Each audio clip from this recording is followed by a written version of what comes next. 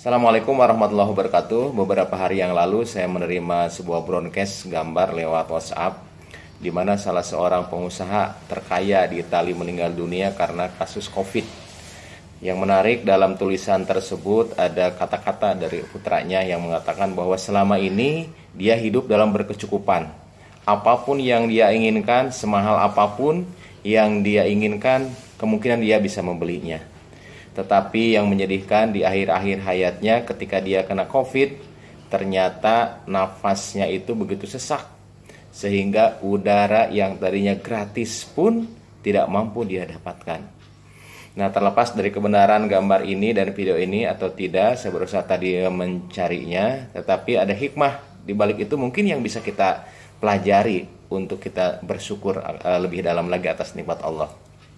Nah, ibu bapak sekalian, Allah ini telah menitipkan paru-paru kepada kita, di mana pada saat COVID ini menerpa dunia, maka paru-paru itu menjadi salah satu target organ. Paru-paru itu seakan-akan tenggelam di dalam air sehingga penderita merasa sesak. Nah, ini sebuah pelajaran bagi kita. Allah telah menciptakan paru-paru di dalam tubuh kita itu jauh sebelum kita lahir.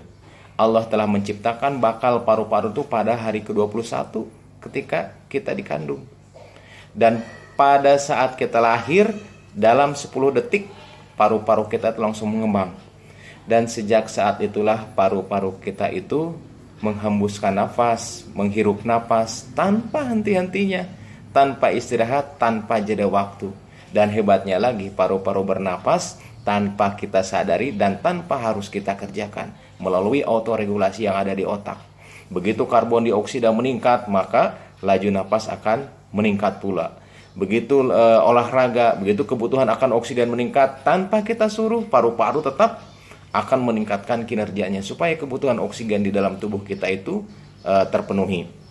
Nah, kalau kita perhatikan, Allah telah menciptakan paru-paru ini dengan sebaik-baiknya bentuk, dengan sangat-sangat sempurna. Allah menciptakan dari atas itu saluran pernapasan. Saluran pernapasan itu ternyata tidak bisa kolaps, tidak bisa kempes. Kenapa? Mereka dilindungi oleh cincin-cincin trakea. Jadi kalaupun tidur, kalaupun kita misalnya ketekan, itu sangat kecil kemungkinan napas kita itu tertutup. Karena Allah telah menciptakan cincin yang begitu kokoh sehingga saluran napas itu terbuka. Saluran napas itu masuk lagi ke dalam dada, kemudian juga bercabang menjadi 2. Sampai cabang yang paling kecil, lebih kecil saluran udara ini dari rambut. Dan tibalah saluran udara tadi ke daerah terminal akhir yang disebut dengan alveolus. Nah, di alveolus inilah terjadi pertukaran. Pertukaran udara yang masuk ke dalam paru-paru, yang kaya akan oksigen, kemudian nitrogen, kemudian ditukar dengan hasil metabolisme yang ada di dalam tubuh, CO2 keluar.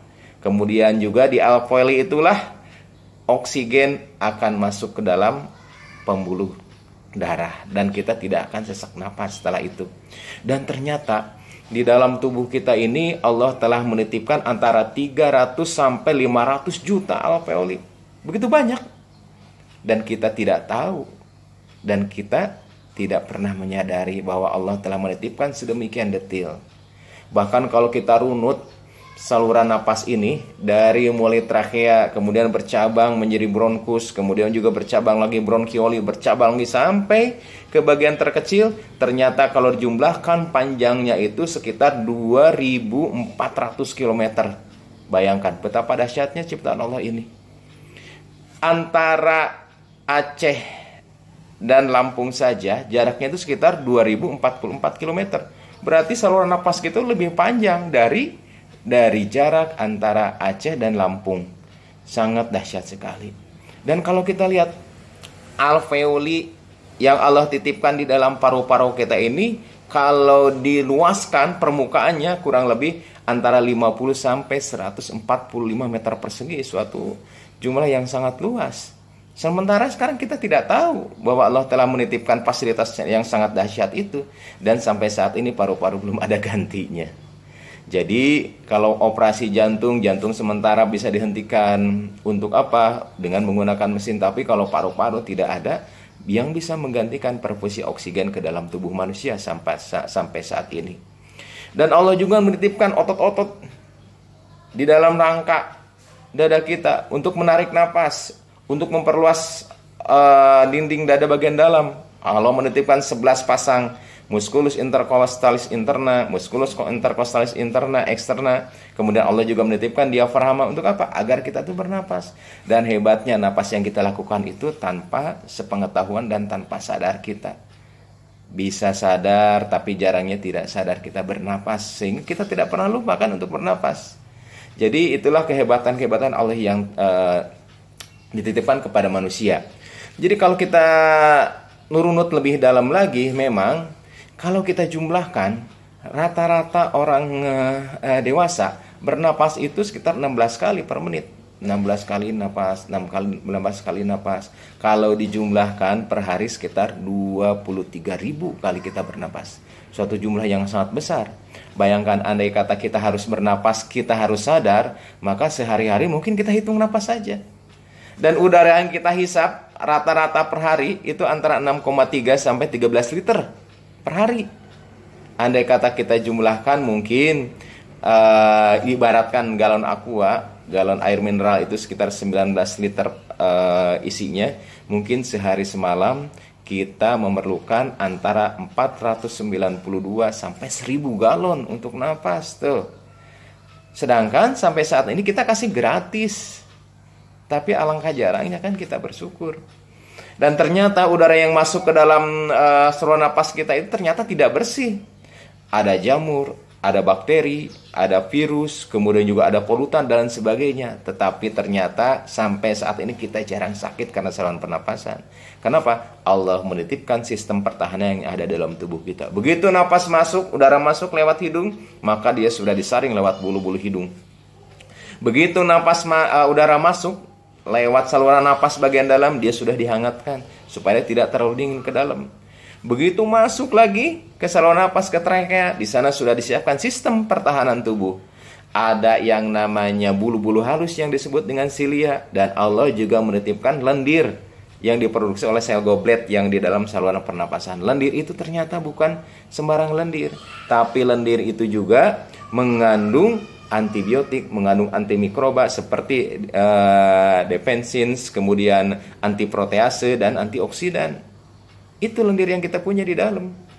Dan kemudian juga ada di sana ada sistem pertahanan tubuh berupa apa? Berupa neutrofil, kemudian juga ada imunoglobulin, T sel dan B sel di sana. Jadi sistem alutsista yang telah Allah titipkan untuk memproteksi tubuh kita ini dari serangan-serangan virus, infeksi, bakteri, kemudian juga fungi dan sebagainya, Allah telah titipkan, telah sediakan di dalam saluran napas ini. Dan semua ini tanpa kita minta, tanpa kita sadari, dan makanya kita jarang untuk bersyukur. Jadi kalau kita berbicara tentang gangguan saluran napas pada COVID, kita juga harus ingat bahwa telah diciptakan oleh Allah itu beberapa alutsista yang ada di dalam tubuh kita ini, dan sampai saat ini sangat jarang kita syukuri. Oleh sebab itulah marilah kita sama-sama mengambil pelajaran dari kasus-kasus demi kasus ini, bahwa selama waktu kita hidup berapa tahun ini ternyata Allah lebih banyak menitipkan waktu sehatnya daripada waktu sakitnya. Dengan COVID ini Allah ingin menegur kita, yuk, udara yang tadinya bebas, yang tadinya kamu hirup sekitar 500 sampai 1000 galon per hari, kita sekarang merasakan betapa berharganya udara bebas ini. Allah berfirman di dalam Al-Quran surah Al-Mulk ayat 23, Qulil ladzi ansha'akum wa ja'ala lakumus sam'a wal absara wal afidah qalilam ma tashkurun. Jadi katakanlah, dialah yang menciptakan kalian, yang menjadikan pendengaran, yang menjadikan penglihatan, dan yang menjadikan hati nurani. Tetapi sangat sedikit di antara kalian yang bersyukur. Maka dengan peristiwa ini, marilah kita banyak-banyak bersyukur agar Allah menambahkan nikmat sehat kepada kita dan menutup azab. Assalamualaikum warahmatullahi wabarakatuh.